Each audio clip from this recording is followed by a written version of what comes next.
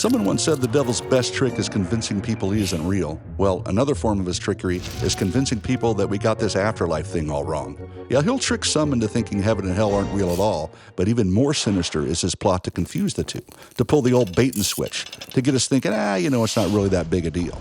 You see, if Satan can paint a picture of heaven as some hackneyed, eternally boring, perpetual sing-along to awful music from disembodied spirits floating on puffy clouds, and then paint a picture of hell as the ultimate party with all your favorite people rocking, well, then he's pulled off the most deceitful marketing scheme of the ages. And unfortunately, many people have bought into it. I mean, you got song titles like Hell Ain't a Bad Place to Be, and words from the piano man himself confidently singing, they say there's a heaven for those who are waiting, well, some say it's better, but I say it ain't. Well, both, of course, grossly misunderstand and misrepresent the afterlife. Fast forward to today, and you got people on social media saying things like, hey, I know I'm going to hell, and I'm happy about it. Well, there are YouTube channels, books, podcasts, and all kinds of other content that celebrate this deceitful and dangerous point of view, namely that hell, if it exists at all, is some kind of ongoing party with a bunch of fun-loving sinners all having the time of their afterlives. Of course, this unfortunately ubiquitous understanding is ultimately untrue, unrealistic, and unbiblical. It's been deceitfully crafted to minimize its horrific reality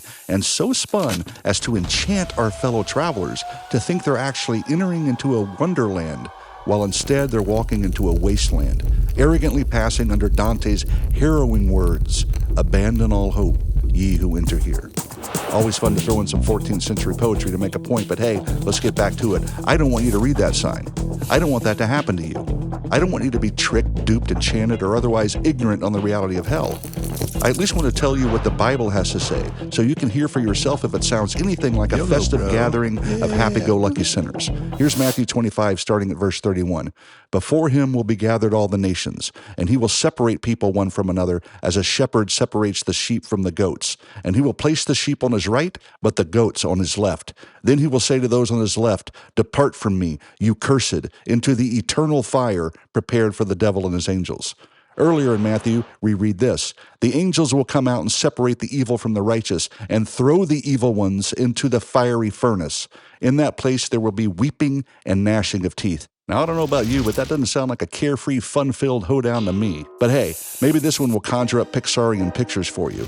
And if anyone's name was not found written in the book of life, he was thrown into the lake of fire. Woohoo, let's party. I think you're getting the point, but here's another one. He also will drink the wine of God's wrath, poured full strength into the cup of his anger, and he will be tormented with fire and sulfur. And the smoke of their torment goes up forever and ever, and they have no rest day or night, these worshipers of the beast and its image, and whoever receives the mark of its name. Now, does this sound like a social jamboree to you? I mean, you really want to hang out here? I hope not. Hell is awful, and there's many people who want to convince you that it doesn't exist, or it won't be that bad, or it's mean to tell people about it, or simply disregarding the fair warning from Jesus and his clear teaching on the subject. Fact is, Jesus loved us so much that he willingly died on the cross to rescue us from this horrible place called hell.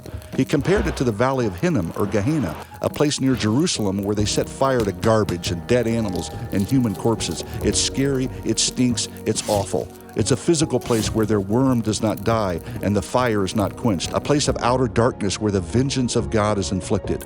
So please, whatever you do, don't just dismiss it. Don't buy into the pop version of it. Don't minimize it.